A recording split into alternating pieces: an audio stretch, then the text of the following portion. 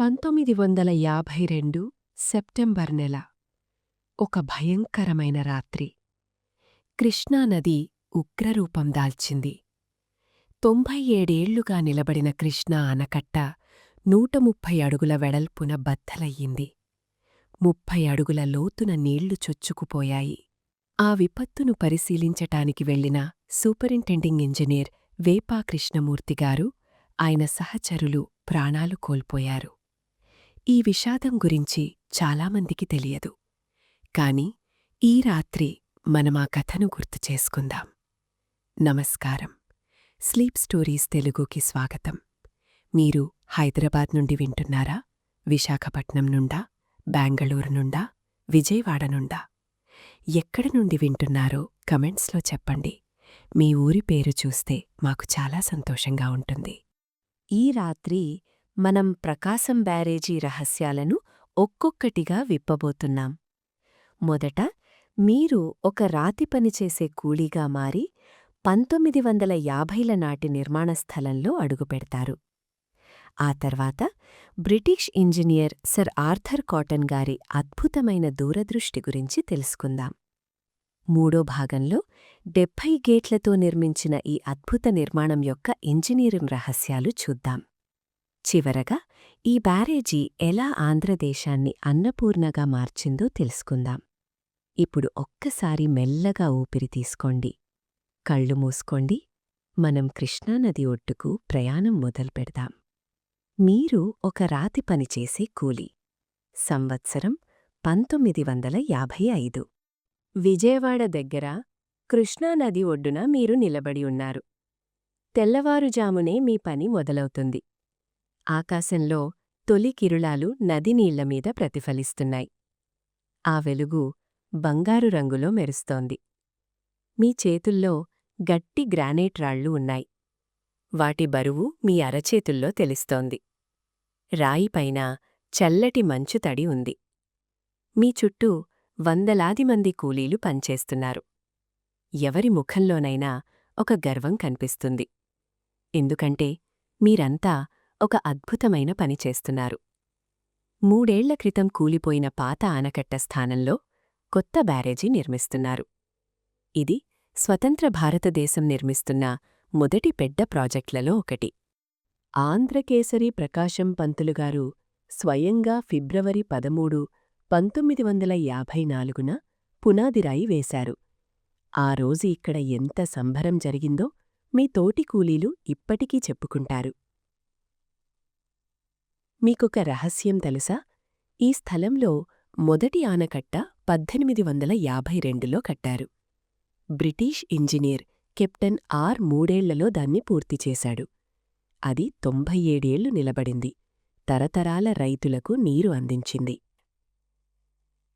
కాని 1952 సెప్టెంబర్లో ఒక భయంకరమైన రాత్రి కూలిపోయింది. ఆ పాత నిర్మాణం కేవలం 1.5 కోట్ల రూపాయలతో కట్టారు. కాని ప్రభుత్వానికి 18% లాభం తెచ్చిపెట్టింది. భారతదేశంలో అత్యంత లాభదాయకమైన ప్రభుత్వ ప్రాజెక్టులలో ఒకటిగా నిలిచింది. అంటే ఆ ఆనకట్ట లేకపోతే ఈ ప్రాంతం ఇంత సారవంతంగా ఉండేది కాదు. మీరు రాయిమీద రాయి పేరుస్తూ ఉన్నారు. సిమెంటు వాసన గాలిలో తేలుతోంది. తాజాగా కలిపిన కాంక్రీట్ యొక్క తడివాసన. నది నీళ్లు మీ కాళ్ల దగ్గర మెల్లగా ప్రవహిస్తున్నాయి. ఆ నీటి చల్లదనం మీ అలసటను తగ్గిస్తోంది. కొబ్బరి చెట్ల ఆకులు గాలికి ఊగుతున్నాయి. వాటి నీడ మీమీద పడుతోంది. దూరంగా పొలాల్లో రైతులు పనిచేస్తున్నారు. వాళ్లకోసమే మీరు ఈ బ్యారేజీ కడుతున్నారు. వాళ్ల పిల్లల కోసం, వాళ్ల మనవళ్ల కోసం. ఒక్కసారి ఆగి మీ ఊపిరిని గమనించండి. మెల్లగా లోపలికి తీసుకోండి, బయటకు వదలండి. మీ చేతుల్లో రాయి బరువు తెలుస్తోంది. కాని ఆ బరువు మీకు బాధ కలిగించదు.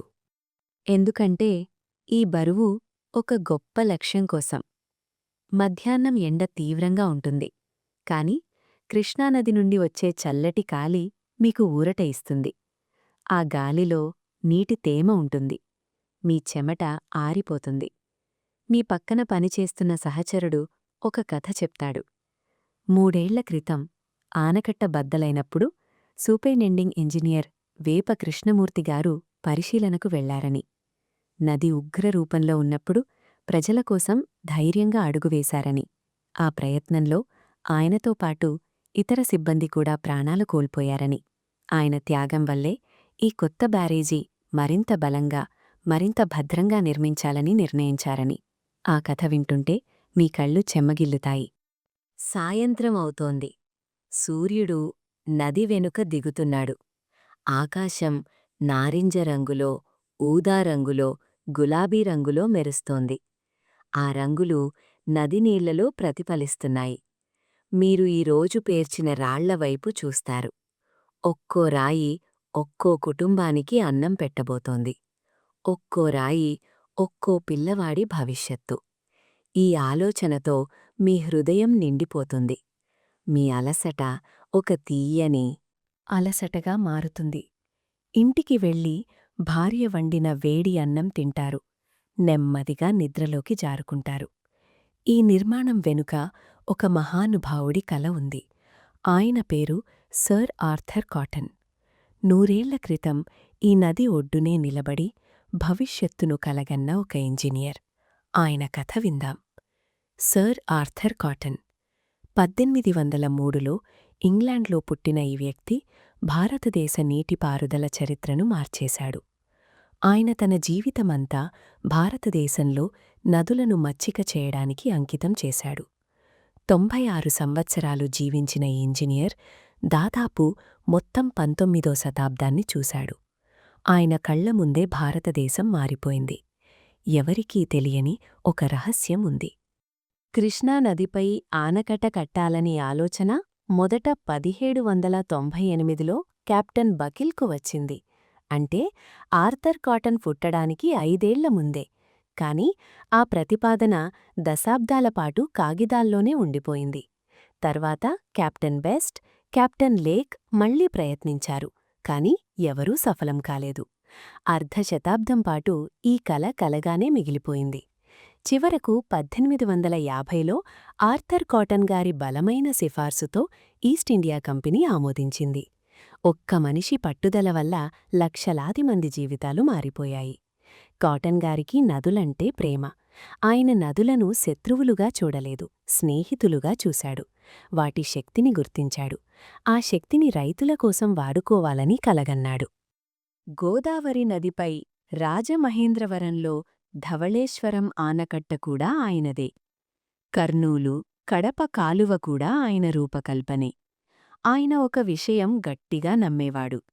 నీటిపారుదల ద్వారా భారతదేశ రైతుల జీవితాలు మారుస్తాయని, కరువులు తగ్గుతాయని, పేదరికం పోతుందని.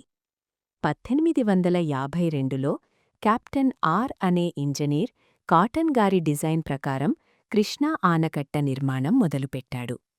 3 ఏళ్లలో పూర్తయింది. 1855 నాటికి ఆ ఆనకట్ట 5.8 లక్షల ఎకరాల భూమికి నీరు అందించడం మొదలుపెట్టింది. ఒక్కసారిగా ఈ ప్రాంతం మొత్తం పచ్చగా మారింది. ఎండిన పొలాలు పచ్చని వరి చేలుగా మారిపోయాయి.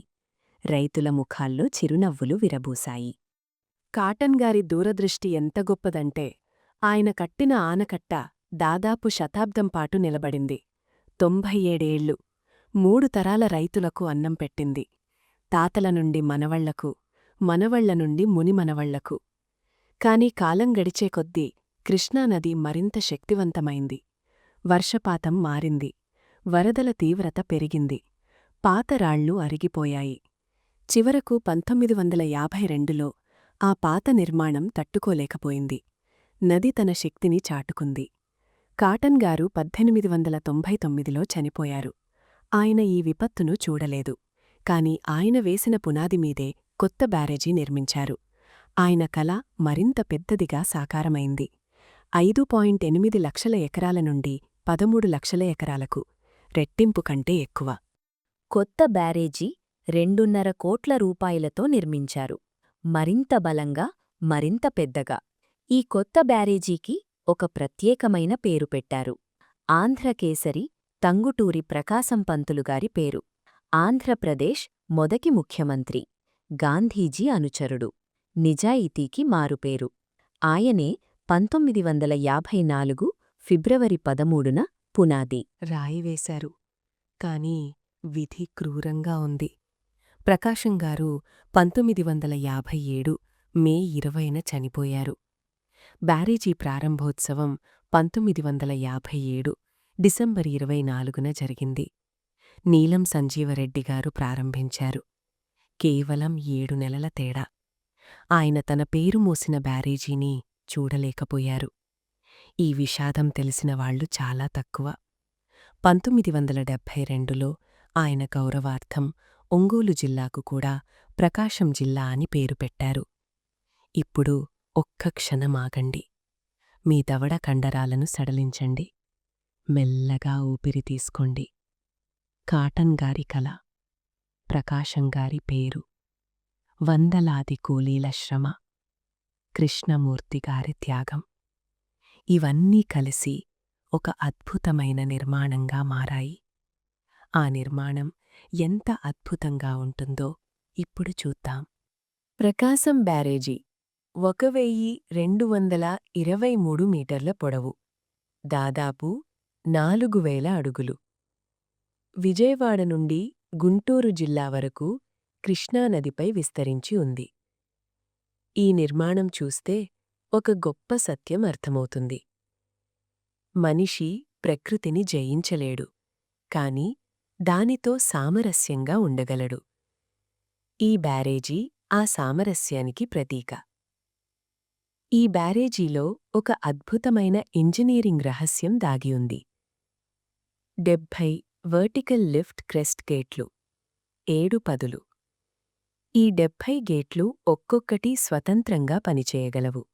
అంటే అవసరాన్ని బట్టి ఒక్క గేటు తెరవచ్చు, 10 తెరవచ్చు, అన్నీ తెరవచ్చు. వరద సమయంలో ఈ గేట్లు ఒక్కొక్కటిగా తెరవబడతాయి. 11.45 లక్షల క్యూసెక్కుల నీటిని సురక్షితంగా విడుదల చేయగలవు. ఇది ఊహించలేని పరిమాణం. కృష్ణానది ఎంత ఉగ్రంగా ప్రవహించినా ఈ గేట్లు దాన్ని నియంత్రించగలవు. 1952 నాటి విపత్తు మళ్లీ రాకుండా ఈ గేట్లు కాపలా కాస్తాయి. మరో రహస్యం. పాత ఆనకట్ట కంటే కొత్త బ్యారేజీ యొక్క శిఖరం 12 అడుగులు ఎత్తుగా ఉంటుంది. ఈ 12 అడుగులు చాలా ముఖ్యమైనవి. ఈ ఎత్తు వల్ల నీరు గురుత్వాకర్షణ శక్తితో కాలువల్లోకి ప్రవహిస్తుంది. పంపులు అవసరం లేదు, విద్యుత్తు అవసరం లేదు, మోటార్లు అవసరం లేదు. భూమి యొక్క సహజ వాలు ఉపయోగించి కేవలం గురుత్వాకర్షణ బలంతో 13 లక్షల ఎకరాలకు నీరు చేరుతుంది. ప్రకృతి యొక్క శక్తిని ప్రకృతి కోసమే వాడుకునే ఇంజనీరింగిది.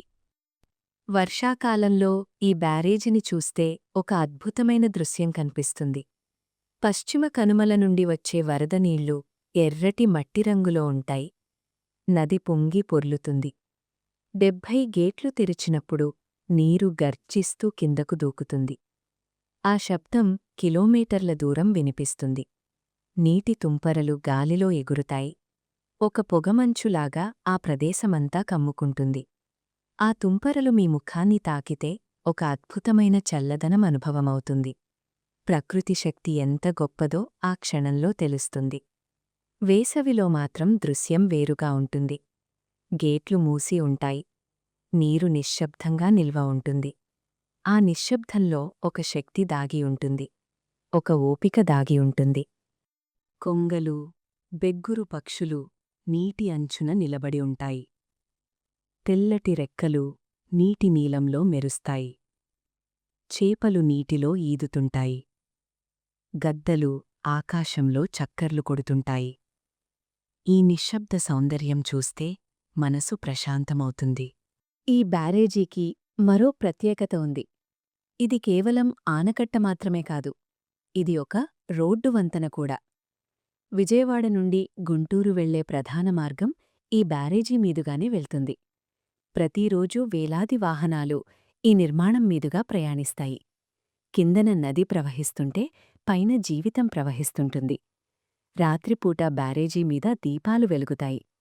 ఆ దీపాల వెలుగు నీటిలో ప్రతిఫలిస్తుంది. ఒక నక్షత్రమాల నదిమీద పరుచుకున్నట్లు ఉంటుంది.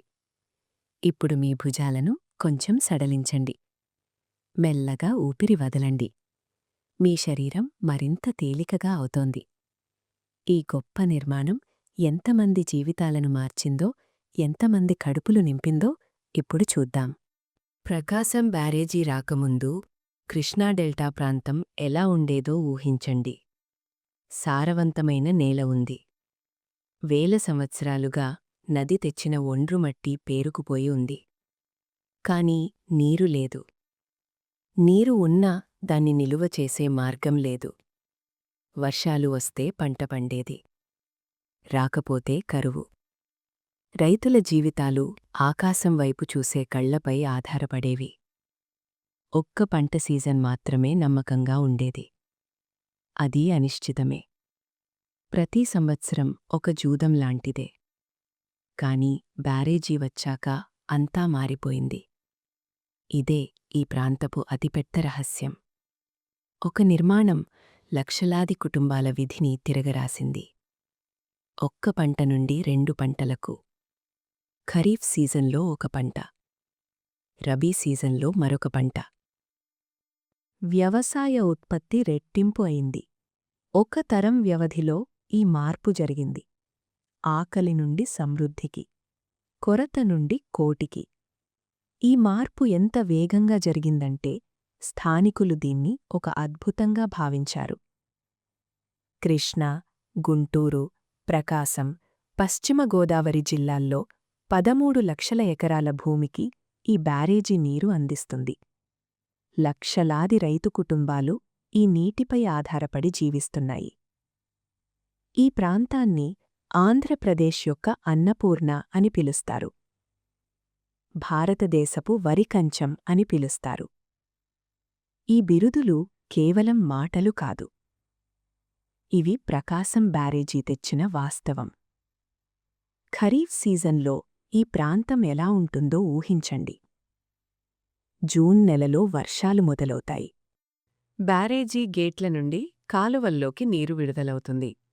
పెద్ద కాలువల నుండి చిన్న కాలువలకు, చిన్న కాలువల నుండి పొలాల్లోకి. పొలాలు నీటితో నిండుతాయి. ఆ నీటిలో ఆకాశం ప్రతిబింబిస్తుంది. మేఘాలు నీటిమీద తేలుతున్నట్లు కనిపిస్తాయి. వరి మొలకలు మెల్లగా పైకి వస్తాయి. పచ్చని ఆకుపచ్చ రంగు చాపలా పరుచుకుంటుంది. తేమ గాలి, తడి మట్టి వాసన, కప్పల బెకబెక. ఈ దృశ్యం చూస్తుంటే మనసుకు ఎంతో హాయిగా ఉంటుంది. రబీ సీజన్లో ప్రకృతి మరో రూపు దాలుస్తుంది. చల్లటి గాలులు వేస్తాయి. పొలాలు బంగారు రంగులో మెరుస్తాయి. వరి కంకులు గాలికి ఊగుతాయి. ఆ ఊగే కంకుల శబ్దం సముద్రపు అలల శబ్దంలా ఉంటుంది. కోతల సమయంలో రైతుల ముఖాల్లో సంతోషం తొణికిసాలాడుతుంది. తమారింద చెట్ల కింద విశ్రాంతి తీసుకుంటారు. పిల్లలు పొలాల్లో ఆడుకుంటారు. తరతరాలుగా ఈ చక్రం కొనసాగుతోంది. బ్యారేజీ నుండి నీరు, నీటి నుండి పంట, పంట నుండి జీవితం, జీవితం నుండి సంతోషం. ఈ రాత్రి మీరు పడుకునే మంచం మీద ఉన్న దుప్పటి బహుశా కృష్ణా డెల్టాలో పండిన పత్తితో నేసిందేమో. మీరు తిన్న అన్నం బహుశా ఈ పొలాల నుండి వచ్చిందేమో.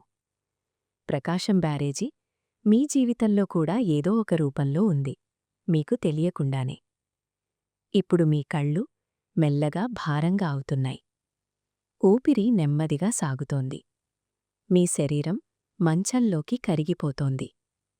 కృష్ణానది వేల సంవత్సరాలుగా ప్రవహిస్తూనే ఉంది. ఆ ప్రవాహంలో ఒక లయ ఉంది. ఆ లయలో ఒక ప్రశాంతత ఉంది. ఆ ప్రశాంతత ఇప్పుడు మీ మనస్సులో నిండుతోంది. వందల సంవత్సరాల క్రితం కృష్ణానది ఒడ్డున రైతులు ఆకాశం వైపు చూసేవారు. వర్షం వస్తుందా రాదా అని ఆందోళన పడేవారు. ఆ కష్టాల నుండి, ఆ అనిశ్చితత్వం నుండి ఈరోజు మనం సురక్షితంగా ఉన్నాం. ఒక ఇంజనీర్ కల కన్నాడు. వందలాది కూలీలు ప్రాణాలకు తెగించి రాళ్లు పేర్చారు. ఇంజనీర్లు నది ముందు నిలబడి ప్రాణాలు కోల్పోయారు. ఒక స్వాతంత్ర సమరయోధుడి పేరు ఆ నిర్మాణానికి పెట్టారు. ఈ రాత్రి మనం విప్పిన ప్రతి రహస్యం గతం నుండి వర్తమానానికి ఒక వంతెన. వారందరి శ్రమ వల్లే ఈ రాత్రి మనం ప్రశాంతంగా నిద్రపోగలుగుతున్నాం. మీకు ఈ చారిత్రక ప్రయాణం నచ్చినట్లయితే మా ఛానల్కి సబ్స్క్రైబ్ చేసుకోండి. ఇలాంటి మరిన్ని కథలు వినాలనుకుంటే కామెంట్స్లో మీ రిక్వెస్ట్స్ తెలియచేయండి. ఇప్పుడు మీ కళ్ళు మూసుకొని ఈ చరిత్ర మీ మనసులో నెమ్మదిగా కరిగిపోనివ్వండి. మంచి నిద్ర మిత్రులారా.